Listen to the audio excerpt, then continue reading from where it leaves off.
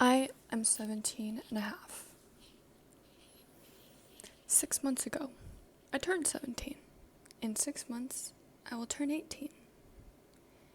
And I am at a crossroads.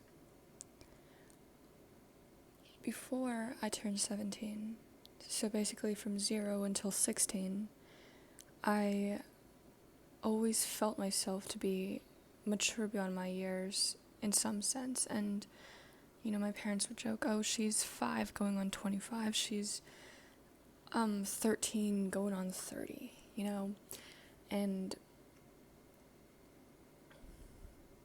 that kind of ingrained in me. And on top of that, my parents are older parents, so they belong to a generation perhaps above, or 2 generations above, that of other parents of children in my generation. And so they already imparted upon me values from an older world, a passed away world, a world that no longer exists. Perhaps it exists on some level within those people that walk around having lived in that world, but that world is gone. And so anyways, because of that, I carry some part of that old world within me. And I've been an older soul all of my life. And then I turned 17. And I realized how invariably immature I truly am. And it's not a bad thing either. It's actually a virtue. It's a virtue of my age. And it's a feature, really. A feature of being 17. And these things are expected, for I'm ruled not only by my logical, rational, better sense, but also by a carnal, almost inexplicable hormonal sense that drives me in one direction, the other, and then the third. Rock on, man! And it causes me to think one way and then desire to act in a different way, or be urged rather to act in a different manner.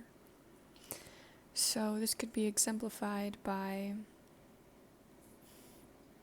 I'll say, gossip, chisme, right? So it releases oxytocin for females. It's bonding when you relay information to other women, right? But what you're doing is actually morally questionable, arguably morally reprehensible, yet it brings comfort, and hormonally it makes you feel at ease, makes you feel at peace on some level. And so that's just one of the examples of how I am often mentally at odds with the urges and the desires of the flesh. And the greatest way to overcome that is through a belief and faith in God. Surprise! Surprise! Bet you didn't see that coming. Yes. So, I've never really been as close as I should. Technically, I was born in the church, but I was born into a Baha'i faith. I don't know much about it, I just was born into it. And then in childhood, I was a Mormon, as per my parents. I'm technically still a baptized Mormon. Hope they don't come to collect on that, but anyways. And now I found my own way to God, right? And so I realized that not by my own strength can I overcome the battle of my youth, overcoming immaturity. I can't. But by the strength of Jesus, I can do it.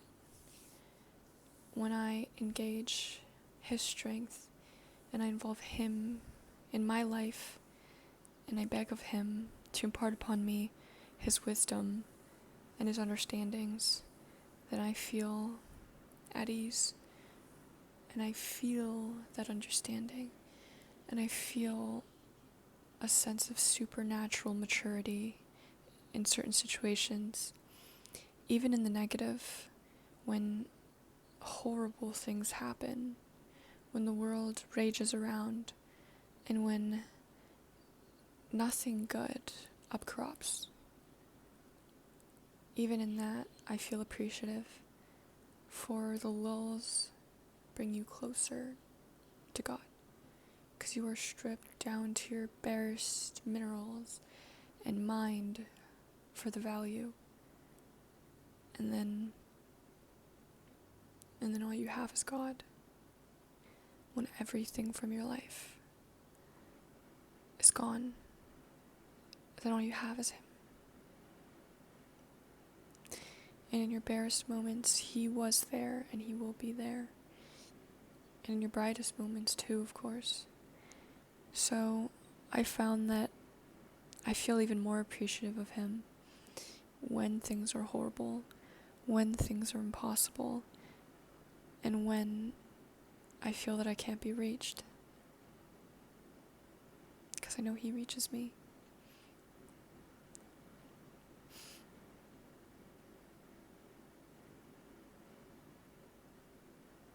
'17 has taught me so much about myself, so much about what makes me tick, so much about what's really going on inside of my head, what causes me to have certain relational patterns or certain thoughts, desires, and tendencies, and how to unlearn them before they become solidified or even more complicated to extricate from myself.